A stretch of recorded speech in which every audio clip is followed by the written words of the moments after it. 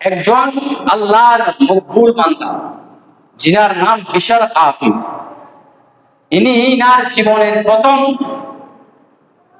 প্রথম জীবনে ইনি মদ পান করার অভ্যাস ছিলেন, মদ পানে অভ্যস্ত ছিলেন। ইনি সবসময় মদ পান করতেন।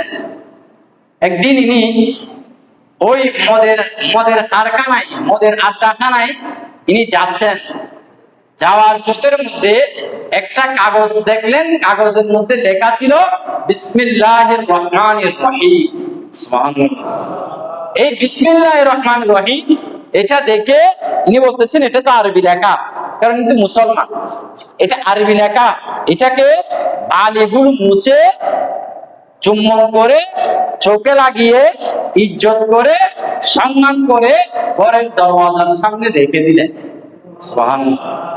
এবার ইনি আবার ওই মদের কারখানায় চলে যাচ্ছেন।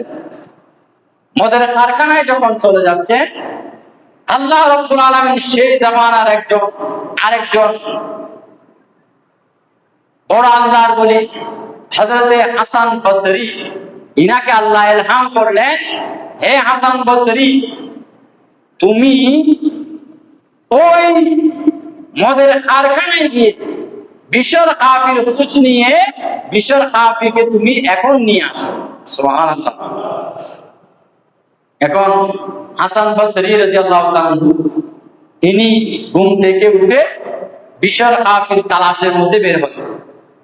তালাশ করতে করতে ওই মদের ফ্যাক্টরির মধ্যে চলে গেলেন। ওদিকে বিশর কাফি মদকে বেহুশ। এখন মদের আড্ডাখানায় গিয়ে, মদের কারখানায় গিয়ে হাসান বসরি যখন গেলেন, দেখলেন সবাই মদীরা বলতে লাগলেন, হুজুর আপনি এই নাপাক জায়গার মধ্যে কেন আসছেন?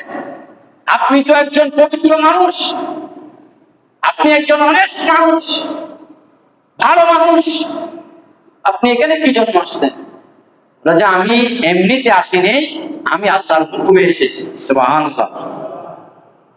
রাজা, বিশর কাফি নামক ব্যক্তিটা কোথায়? রাজা, বিশর কাফি মদ দিয়ে ওই জায়গার মধ্যে পড়ে রয়েছে। হাসান বসরি রাদিয়াল্লাহু তাআলা বিশর কাফিকে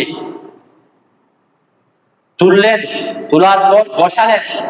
বসিয়ে ইনার যখন হুঁশ আসলেন, ইনাকে বললেন, আপনি আমার সাথে ঘরে চলুন। সুবহানাল্লাহ।